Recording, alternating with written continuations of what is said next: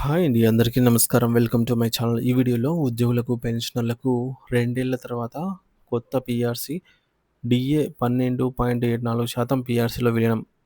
So, దీనికి సంబంధించిన పూర్తి వివరాలు ఈ వీడియోలో తెలుసుకుందాము. వీడియో అయితే ఎక్కడే కానీ స్కిప్ చేయకుండా ఎండ్ వరకు చూసేయండి. అప్పుడే ఇన్ఫర్మేషన్ పూర్తిగా అర్థమవుతుంది. అలాగే వీడియో చూస్తున్న ప్రతి ఒక్కరు వీడియోకి లైక్ చేయండి ఫ్రెండ్స్. ఈ వీడియోని తోటి ఉద్యోగ, పెన్షనర్ మిత్రులతో అయితే షేర్ చేయండి. కొత్తగా మన ఛానల్ చూస్తున్న వారైతే తప్పకుండా మన ఛానల్‌ని సబ్స్క్రైబ్ చేసుకోండి. సబ్స్క్రైబ్ చేసుకోవడం వల్ల నేను చేసే ప్రతి ఒక్క వీడియో మీ వరకు రీచ్ అవుతుంది. ఇక ఆలస్యం చేయకుండా వివరాల్లోకైతే వెళ్ళిపోదాము. ఫ్రెండ్స్, ఇక విషయానికొచ్చినట్టయితే రాష్ట్ర ప్రగతిలో మరియు ప్రభుత్వ ఆశయాలను క్షేత్రస్థాయిలో సామాన్య ప్రజల దరి చేర్చడంలో అహర్నిశలు శ్రమిస్తున్నటువంటి ప్రభుత్వ ఉద్యోగులు మరియు ఉపాధ్యాయులు ఈ యొక్క పరిపాలనా యంత్రాంగానికి నిజమైన వెన్నెముక వంటి వారు. ఒక రాష్ట్రం అభివృద్ధి అనేది కేవలం కాగితాల మీద ఉండే ప్రణాళికల మీద కాకుండా ఆ యొక్క ప్రణాళికలను అమలు చేసే ఉద్యోగుల పనితీరు మీద ఆధారపడి ఉంటుంది. వీరి కష్టాన్ని, శ్రమను మరియు వీరికి అందాల్సిన ఆర్థిక ప్రయోజనాలను కేవలం ప్రభుత్వం ఖజానాపై పడే ఆర్థిక భారం అనే సంకుచిత కోణంలో చూడటం ఏమాత్రం సమంజసం కాదు. అలా చూడటం అంటే కేవలం ఒక వర్గానికి అన్యాయం చేయటమే మాత్రమే కాకుండా మొత్తం పరిపాలనా వ్యవస్థనే శక్తిహీనం చేయటం లేదా నిర్వీర్యం చేయటం అవుతుంది. మరి ఎందుకంటే నిరుత్సాహపడినటువంటి ఉద్యోగుల నుండి సమర్థవంతమైన సేవలను ఆశించడం కష్టం. ప్రస్తుతం తెలంగాణ రాష్ట్రంలో చర్చనీయాంశంగా మారినటువంటి ఈ యొక్క రెండవ పీఆర్సీ మరియు డీఏ విలీన ప్రక్రియపై అత్యంత శాస్త్రీయమైన మరియు లోతైన విశ్లేషణ ఇప్పుడు ఎంతో అవసరము. తెలంగాణలో రెండవ పీఆర్సీ అమలు తేదీని జూలై 1, 2023గా నిర్ణయించడం జరిగింది. నిబంధనల ప్రకారంగా మరియు గత సంప్రదాయాల ప్రకారంగా ఆ యొక్క నిర్ణీత తేదీ నాటికి అమల్లో ఉన్నటువంటి 33.67% డీఏ మాత్రమే బేసిక్ పేలో విలీనం చేయాలి. కానీ ప్రస్తుతం వినిపిస్తున్న సమాచారం ప్రకారంగా ప్రభుత్వం ఇంకా అధికారికంగా ప్రకటించని 5 డీఏల మొత్తాన్ని అంటే 12.74% కలిపి మొత్తం 46.41% బేసిక్ పేలో విలీనం చేయాలని భావిస్తున్నట్టుగా తెలుస్తోంది. ఇది ఎంతవరకు వాస్తవం అనేది ఇంకా స్పష్టత లేనప్పటికీ ఉద్యోగ వర్గాల్లో దీనిపై తీవ్ర చర్చ అయితే జరుగుతోంది. అసలు ప్రభుత్వం ఇంకా లేని ఈ యొక్క 5 డీఏలను నేరుగా పీఆర్సీలో ఎలా విలీనం చేస్తారు అనేది ఇక్కడ ప్రధాన ప్రశ్న. మరి ఒకవేళ ప్రభుత్వం ఇలా ముందే విలీనం చేస్తే ఆయా డీఏలకు సంబంధించి పాత బకాయిలు, అరియర్స్ పరిస్థితి ఏమిటి? వాటిని ఉద్యోగులు పూర్తిగా కోల్పోయినట్లేనా అనే ఆందోళన సర్వత్రా వ్యక్తమవుతోంది.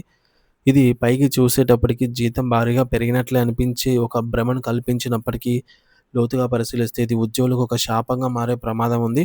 మరి ఇలా పెండింగ్‌లో ఉన్నటువంటి డీఏలను ముందే విడుదల చేయడం వల్ల ఉద్యోగికి రావాల్సినటువంటి భారీ మొత్తంలో నగదు బకాయిలు చేతికి అందవు.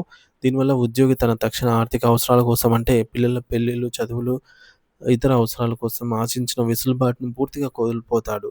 అంతేకాకుండా పీఆర్సీ అమలు తేదీ తర్వాత వచ్చేటటువంటి డీఏలను ముందే విలీనం చేయటం అనేది సర్వీస్ రూల్స్‌కు పూర్తిగా విరుద్ధం. నిబంధనలకు పూర్తిగా విరుద్ధం అవుతుంది. సాధారణంగా ద్రవ్యోల్బణాన్ని మరియు నిత్యావసర వస్తువుల ధరల పెరుగుదలను కొలిచేటటువంటి ప్రాతిపదికను బేస్ ఇయర్ అని అంటాము. ప్రస్తుతం కేంద్ర ప్రభుత్వం పాటిస్తున్నటువంటి 2016 బేస్ ఇయర్‌ను ప్రాతిపదికగా తీసుకున్నారా? లేదంటే 2001 బేస్ ఇయర్‌గా అయితే ప్రామాణికంగా తీసుకున్నారా అనేది అత్యంత కీలకం. ఒకవేళ 2001ని గనక బేస్ ఇయర్‌గా తీసుకున్నట్లయితే అది ఉద్యోగులకు తీరని అన్యాయం అయితే అవుతుంది. ఎందుకంటే 2001 నాటి లెక్కల్లో కేవలం ఆహార పదార్థాలకు మాత్రమే ఎక్కువ ప్రాధాన్యత అయితే ఉండేది.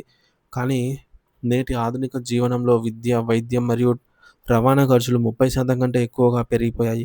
మరి పాత బేస్ ఇయర్‌ను వాడటం అంటే పెరిగిన ఆధునిక జీవన ఖర్చులను ప్రభుత్వం లెక్కల్లోకి తీసుకోనట్లే కదా! సో, ఇప్పటికి ఉపయోగపడదు కదా అన్నట్టు. మరి ఫలితంగా ప్రభుత్వం ప్రకటించే ఫిట్‌మెంట్ ఎంత ఉన్నా సరే మార్కెట్‌లో ఉద్యోగి యొక్క వాస్తవ కొనుగోలు శక్తి ఏమాత్రం పెరగదు. ఒకవేళ 2001 బేస్ ఇయర్‌గా తీసుకుంటే 2016ను కేంద్ర ప్రభుత్వం పాటిస్తోంది. సో, తీసుకుంటే 2016 తర్వాతైనా తీసుకోవాలి. లేదా కనీసం 2016 బేస్ ఇయర్‌గానే తీసుకోవాలి గానీ 2001గా తీసుకుంటే మాత్రం అన్యాయమే జరిగినట్టు అవుతుంది. అలాగే విలీన ప్రక్రియలో లింక్డ్ ఫ్యాక్టర్ లేదా ఫిట్‌మెంట్ ఫ్యాక్టర్‌ను శాస్త్రీయంగా నిర్ణయించకపోతే కొత్త వేతన స్కేల్‌లో ఉద్యోగి పొందే అసలు వేతనం ప్రస్తుత ధరల కంటే తక్కువగా ఉండే అవకాశం ఉంది. దీని ప్రభావం కేవలం నెలవారీ పెన్షన్ పైనే కాదు, పదవీ విరమణ తర్వాత వచ్చేటటువంటి ప్రయోజనాల పైన కూడా అత్యంత తీవ్రంగా అయితే ఉంటుంది. అయితే గ్రాట్యుటీ, కమ్యుటేషన్ మరియు పెన్షన్ లెక్కలన్నీ కూడా ఉద్యోగి పొందే చివరి మూల వేతనం పైన ఆధారపడి ఉంటాయి. బేసిక్ పే పెరుగుదల గనక శాస్త్రీయంగా లేకపోతే పదవీ విరమణ సమయంలో రావాల్సిన లక్షలాది రూపాయల ప్రయోజనాలను ఉద్యోగులైతే కోల్పోవాల్సొస్తుంది. ఇది ఉద్యోగి యొక్క వృద్ధాప్య భద్రతను ప్రశ్నార్థకమైతే చేస్తుంది. కాబట్టి ప్రభుత్వం తన ఉద్యోగులను కేవలం ఒక ఖర్చుగా కాకుండా సంక్షేమ రాజ్య స్థాపనలో భాగస్వాములైనటువంటి ఒక పెట్టుబడిగా అయితే చూడాలి. ఉద్యోగి ఆర్థికంగా సంతృప్తిగా మరియు మానసికంగా ప్రశాంతత ఉన్నప్పుడే ప్రభుత్వం పరిపాలన అనేది పారదర్శకంగా, వేగంగా మరియు అవినీతి రహితంగా అయితే సాగుతుంది.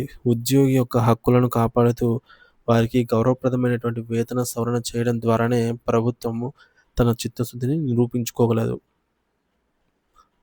సో, ఇవి ఫ్రెండ్స్ మనం చర్చించుకున్నటువంటి ముఖ్యాంశాలు ఏంటంటే, మొదటగా పీఆర్సీ అమలు తేదీ అనేది జూలై 1, 2023 నాటి వరకు ఉన్నటువంటి 33.67% డీఏ మాత్రమే బేసిక్ పేలో విలీనం చేయాలి అని అయితే డిమాండ్ ఉంది. ఇంకా ప్రకటించని 5 డీఏల మొత్తం 12.74% నేరుగా ప్రకటించకుండానే పీఆర్సీలో విలీనం చేస్తే సదరు నగదు బకాయిలు కోల్పోయే ప్రమాదం అయితే ఉంది. ధరల పెరుగుదలను లెక్కించేందుకు 2001గా బేస్ ఇయర్‌ని తీసుకోవాలి. 2001గా బేస్ ఇయర్‌ని కాకుండా కేంద్రం అనుసరిస్తున్న 2016 బేసిక్ ఇయర్‌నైతే ప్రామాణికంగా తీసుకోవాలి. లేదా 2022 గాని, లేదా 2026 గాని అలా తీసుకున్నా ఇంకా మంచిది. ఇక ఆధునిక కాలంలో మరింత విపరీతంగా పెరిగిన వైద్యము, విద్య, రవాణా, ట్రాన్స్‌పోర్ట్ ఖర్చులను తగినటువంటి వెయిటేజ్ వీటికి ఇవ్వాలి.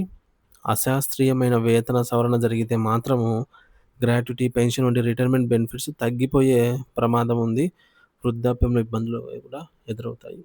సో, ఉద్యోగుల వాస్తవ కొనుగోలు శక్తిని పెంచే విధంగా గౌరవప్రదమైనటువంటి ఫిట్‌మెంట్‌నైతే ప్రభుత్వం ప్రకటించాలి అని చెప్పేసి కోరుతూ ఉన్నారు. సో, ఇది ఫ్రెండ్స్ పీఆర్సీకి సంబంధించి ఇప్పటివరకు ఉన్న తాజా సమాచారము.